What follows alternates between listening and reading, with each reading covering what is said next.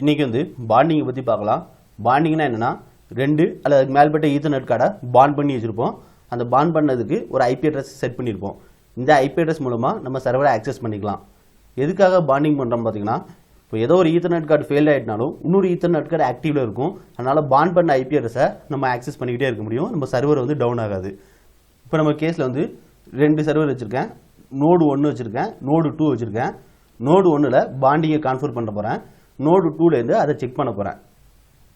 இப்போ host name அடிங்க. Host name பார்த்தீங்கன்னா node01.example.com.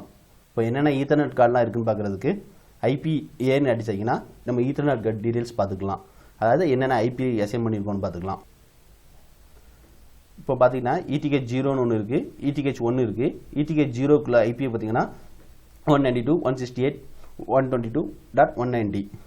ETH1க்கு பார்த்தீங்கன்னா 192.168.122.166. இப்போ நம்ம நோடு 2லேருந்து இந்த ஐபியை வந்து செக் பண்ணி பார்க்கலாம். நோட் 2உடைய ஹோஸ்ட் நேம் பார்த்தீங்கன்னா node2.example.com. இதோடைய ஐபி அட்ரஸ் பார்த்தீங்கன்னா 192.168.122.35. இப்போ வந்து நம்ம பிங்க் பண்ண போகிறோம். நோடு 1ஓட ஐபி அட்ரஸ் வந்து பிங்க் ஆகுதா, அதாவது ரெஸ்பான்ஸ் பண்ண தான் பார்க்குறோம். நம்மளால் பிங்க் பண்ண முடியுது. இப்போ 2வது ஐபி அட்ரஸை செக் பண்ணி பிங்க் பண்ணலாம். இப்போ 2வது ஐபி அட்ரஸும் நமக்கு வந்து ரெஸ்பான்ஸ் கிடைக்குது.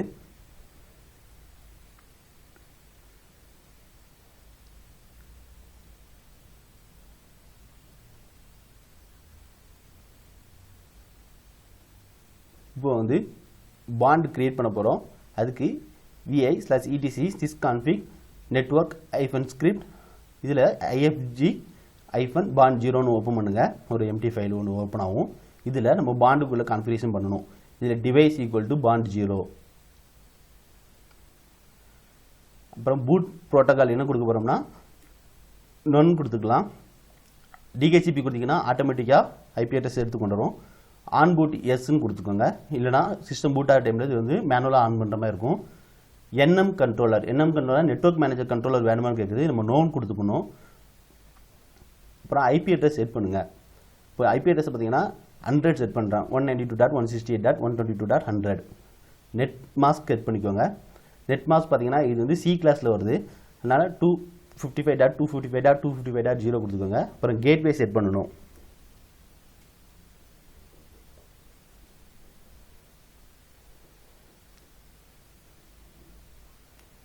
இப்போ வந்து பாண்டிங் ஆப்ஷன் கொடுக்கணும். பாண்டிங் ஆப்ஷன்ஸில் வந்து நிறைய இருக்குது. இப்போ மோட் 0லேருந்து மோட் 6 வரைக்கும் இருக்குது. நம்ம வந்து மோட் 0னா ரவுண்ட் ராபின், மோடு 1னா ஆக்டிவ் பேக்கப் சொல்லுவாங்க. நம்ம என்ன மோடு வேணுமோ அதை நீங்கள் செட் பண்ணிக்கலாம். நான் இப்போ வந்து மோடு 1 கொடுத்துக்கலாம். அப்புறம் MIMON = 100 கொடுத்துருக்கேன்.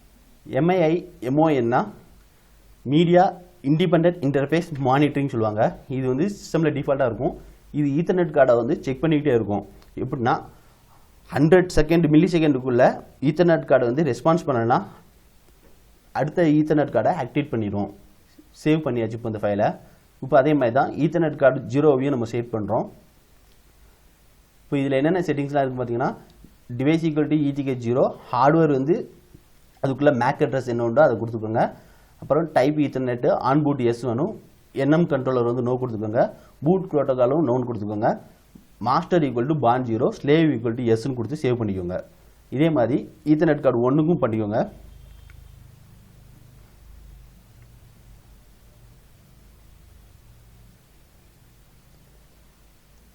ஈத்தர்நெட் கார்டு 1க்கும் மாஸ்டர் =bond0, ஸ்லேவ் =s கொடுத்துக்கோங்க. ஹார்ட்வேர் அட்ரஸ் அதுவாக டிஃபால்ட்டாக எடுத்துக்கணும். இல்லைன்னா நீங்கள் மேனுவலாக டைப் பண்ணுற மாதிரி பார்த்துக்கோங்க. இப்போ எல்லாத்தையும் வியூ பண்ணி பார்க்குறேன். நம்ம கொடுத்த கான்ஃபிகரேஷன் கரெக்டாக இருக்கான்னு ரீசெக் பண்ணிக்கிறோம். இப்போ ETH0 நம்ம வந்து வியூ பண்ணி பார்க்கலாம். இப்போ ETH1ஐயும் செக் பண்ணி பார்த்துக்கலாம். ஸோ நம்ம கொடுத்த எல்லா டீட்டெயிலுமே கரெக்டாக இருக்குது. இப்போ கிளியர் ஸ்க்ரீன் கொடுக்குறேன். இப்போ வந்து சர்வீஸ் நெட்வொர்க் ரீஸ்டார்ட் கொடுத்துக்கலாம்.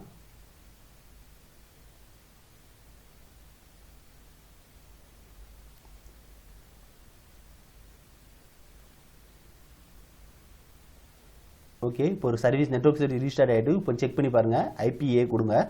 பார்த்தீங்கன்னா நமக்குள்ளே பாண்டுக்குள்ளே ஐபி அட்ரஸ் அசைன் ஆகிட்டு. இப்போ நம்ம இங்கேருந்து செக் பண்ணி பார்க்கலாம். நோட் 2லேருந்து பிங் பண்ணுதா, பிங் பண்ண முடியுதானே.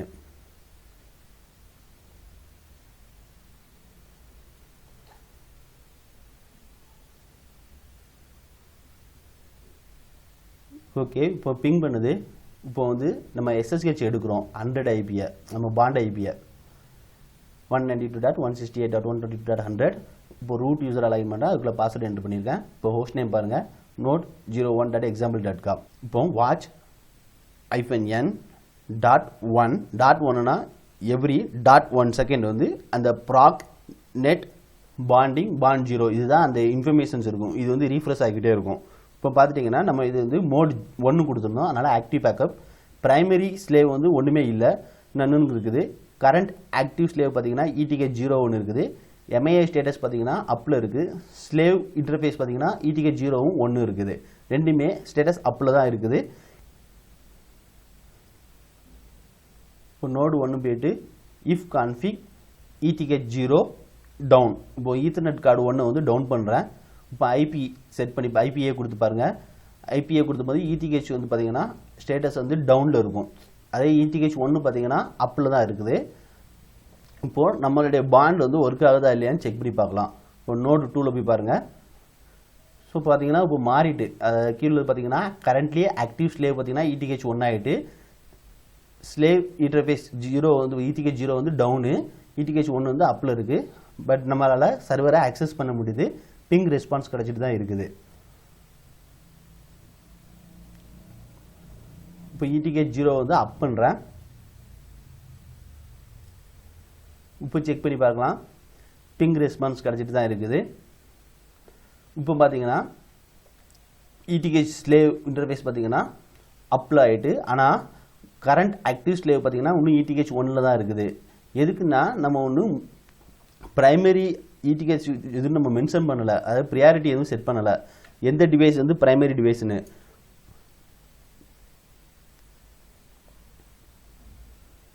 இப்போ ETH 1 டவுன் பண்ணுறேன். இப்போ செக் பண்ணி பாருங்கள். இப்போ கரண்ட்லி ஆக்டிவ் ஸ்லேவ் வந்து ETH 0 மாறிட்டு, அதோடைய லிங்க் ஃபெயிலியர் கவுண்ட் பார்த்தீங்கன்னா 1. அதேமாதிரி ETH 1 இப்போ டவுன் பண்ணனால அதோடைய லிங்க் ஃபெயிலியர் கவுண்ட் வந்து 1 ஆகிட்டு, நமக்கு இப்போவும் பிங்க் ரெஸ்பான்ஸ் கிடச்சி தான் இருக்குது, நம்மளால் சர்வரை ஆக்சஸ் பண்ண முடியுது.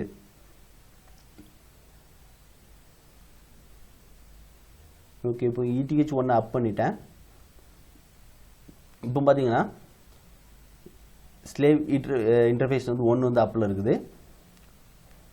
இப்போ வந்து நம்ம வந்து பாண்ட் கான்ஃபிகரேஷனில் ப்ரைமரி இன்டர்ஃபேஸ் வந்து நம்ம செட் பண்ணுறோம். ப்ரைமரி இன்டர்ஃபேஸ்னால் இப்போ ப்ரைமரி டவுன் ஆகிட்டுனா செகண்டரி ஆக்டிவ் ஆகும். எப்போ ப்ரைமரி 1 ஆக்டிவாக, எப்போ ப்ரைமரி வந்து ஆக்டிவ் ஆகுதோ அப்போ திரும்பி ஆட்டோமேட்டிக்காக ரீடைரக்ட் ஆயிரும்.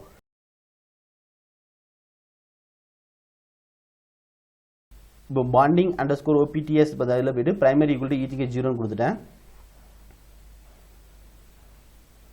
இப்போ சர்வீஸ் ரீஸ்டார்ட் பண்ணிக்கலாம்.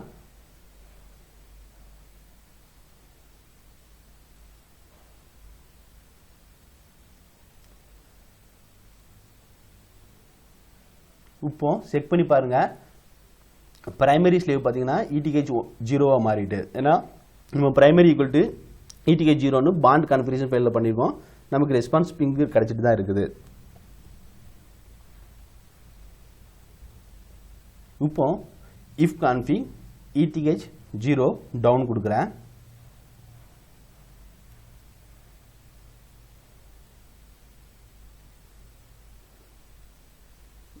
ஐபிஏ கொடுத்து பார்த்தீங்கன்னா ETH டவுன் ஆகிட்டு, இப்போ பாருங்கள் ப்ரைமரி ஸ்லேவ் வந்து ETH 0 தான் இருக்கும், ஆனால் கரண்ட்லி ஆக்டிவ் ஸ்லேவ் பார்த்தீங்கன்னா ETH 1 இருக்குது. அப்புறம் ஸ்லேவ் இன்டர்ஃபேஸ் பார்த்தீங்கன்னா ETH 0 டவுனில் இருக்குது, அதனால் செகண்டரி வந்து அப் ஆகிட்டு, அதாவது ஆக்டிவ் ஸ்டேட்டில் இருக்குது. இப்போ நான் திரும்பி ETH அப் கொடுக்குறேன். இப்போ வந்து ப்ரைமரி அந்த கரண்ட்லி ஆக்டிவ் ஸ்லேவ் பார்த்தீங்கன்னா ETH 1 மாறிடும், 0 மாறிடும்.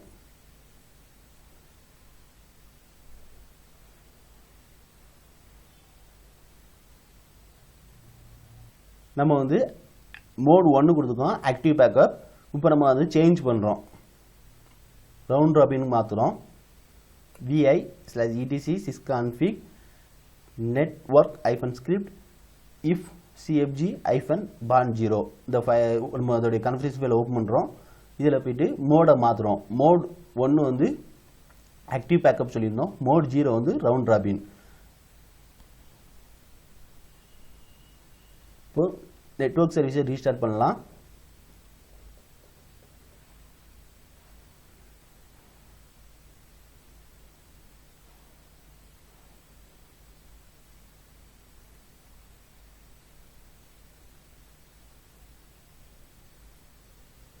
ஓகே ரீஸ்டார்ட் ஆகிட்டு இப்போ ஐபிஏ கொடுத்து பாருங்கள் ஈத்தர்நெட் கார்டு ரெண்டுமே வந்து அப்பில் தான் இருக்குது பாண்ட் ஜீரோவும் அப்பில் தான் இருக்குது இப்போ அதோடைய ஸ்டேட்டஸ் பாருங்கள் மாறிட்டுங்க பாண்டிங் மோடு பார்த்தீங்கன்னா லோட் பேலன்சிங் ரவுண்ட் ராபின் அது லோட் பேலன்சிங்னா வரக்கூடிய டிராஃபிக்கை ரெண்டுக்குமே சரிசமமாக அனுப்பும் இடிஹெச் ஜீரோக்கும் அனுப்பும் இடிஹெச் ஒன்றுக்கும் அனுப்பும் சப்போஸ் இடிஹெச் ஜீரோ டவுன் ஆகிட்டுனா இடிஹெச் ஒன்று வந்து ஆக்டிவில் தான் இருக்கும் நம்மளால் ஆக்சஸ் பண்ண முடியும் ரவுண்ட் ராபின் வந்து லோட் பேலன்சிங் அதுமாரி ஃபெயில் ஓவரும் பண்ணும் அது ஃபால்ட் டாலரன்ஸ் ஆக்டிவ் பேக்கப் வந்து அட் த டைமில் ஒன்று தான் ஆக்டிவில் இருக்கும் எல்லா டிராஃபிக்கும் அந்த ஈத்தர்நெட் கார்டு தான் போகும் அது டவுன் ஆகிட்டுனா தான் அடுத்த ஈத்தர்நெட் கார்டுக்கு இருக்கிற டிராஃபிக் எல்லாத்தையுமே அனுப்பும் இதுதான் ஆக்டிவ் பேக்கப்புக்கும் ரவுண்ட் ராபிக்குள்ள டிஃப்ரெண்ட்டு இப்போ பார்த்தீங்கன்னா நமக்கு வந்து பிங் ரெஸ்பான்ஸ் கிடச்சிட்டு தான் இருக்குது if config ETH zero down ஐபிஏ பொறுத்து பாருங்கள் இடிஹெச் ஜீரோ வந்து டவுனில் இருக்குது இடிஹெச் ஒன்று அப்பில் இருக்குது இப்போ செக் பண்ணி பாருங்கள் இப்போவும் நம்மளால் பிங் ரெஸ்பான்ஸ் கிடைக்குது அதே மாதிரி லோட் பேலன்சிங் வந்து இடிஹெச் ஜீரோ வந்து டவுனு இடிஹெச் ஒன்று வந்து அப்பு சர்வரை ஆக்சஸ் பண்ண முடியுது நம்மளால்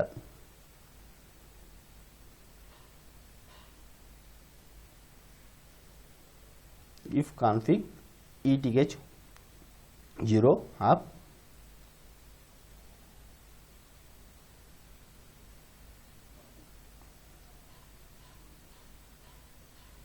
இப்போ பார்த்தீங்கன்னா ETH 0 வந்து அப் ஆகிட்டு இப்போவும் நமக்கு வந்து பிங் ரெஸ்பான்ஸ் கிடைக்குது இப்போ ETH 1 டவுன் பண்ணிட்டேன் இப்போவும் ரெஸ்பான்ஸ் கிடைச்சி தான் இருக்குது இப்போ ஸ்டேட்டஸ் செக் பண்ணி பார்க்கலாம் பாண்ட் ஸ்டேட்டஸை இப்போ ETH 1 வந்து டவுன் ஆகிட்டு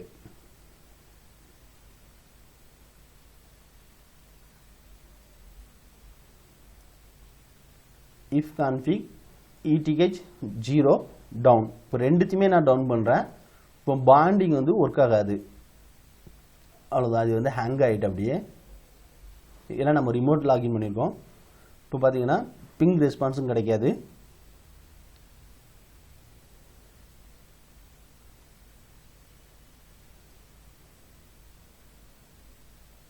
இப்போ நம்ம இங்கே வந்து செக் பண்ணி பார்க்கலாம் பேஸ் மிஷினில் பாண்ட் ஜீரோ பார்த்தீங்கன்னா ஈத்தர்நெட் கார்டு ஒன்றும் ஈத்தர்நெட் கார்டு 2மே டவுனில் தான் இருக்குது எம்ஐஏ ஸ்டேட்டஸ் டவுன் ஆகிட்டு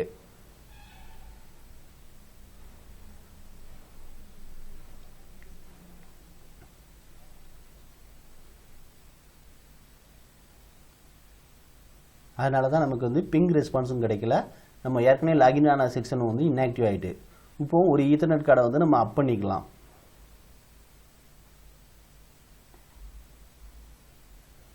பார்த்தீங்கன்னா டெஸ்டினேஷன் ஹோஸ்ட் அன்ரீச்சபிள் இப்போ இஃப் கான்ஃபிக் ETH 0 அப் இப்போ செக் பண்ணி பாருங்கள் பாண்டிங் வந்து எம்ஐஏ ஸ்டேட்டஸ் அப்ளை ஆகிட்டு ETH 0வும் அப் ஆகிட்டு இப்போ இங்கே நமக்கு வந்து ரெஸ்பான்ஸ் கிடைக்க ஆரம்பிச்சிட்டு பிங் ரெஸ்பான்ஸ் இப்போ நமக்கு இங்கே வந்து ஆக்டிவ் வந்து நம்ம செஷன் ஏற்கனவே இன்ஆக்டிவான செக்ஷன் வந்து ஆட்டோமேட்டிக்காக ஆக்டிவ் ஆகிட்டு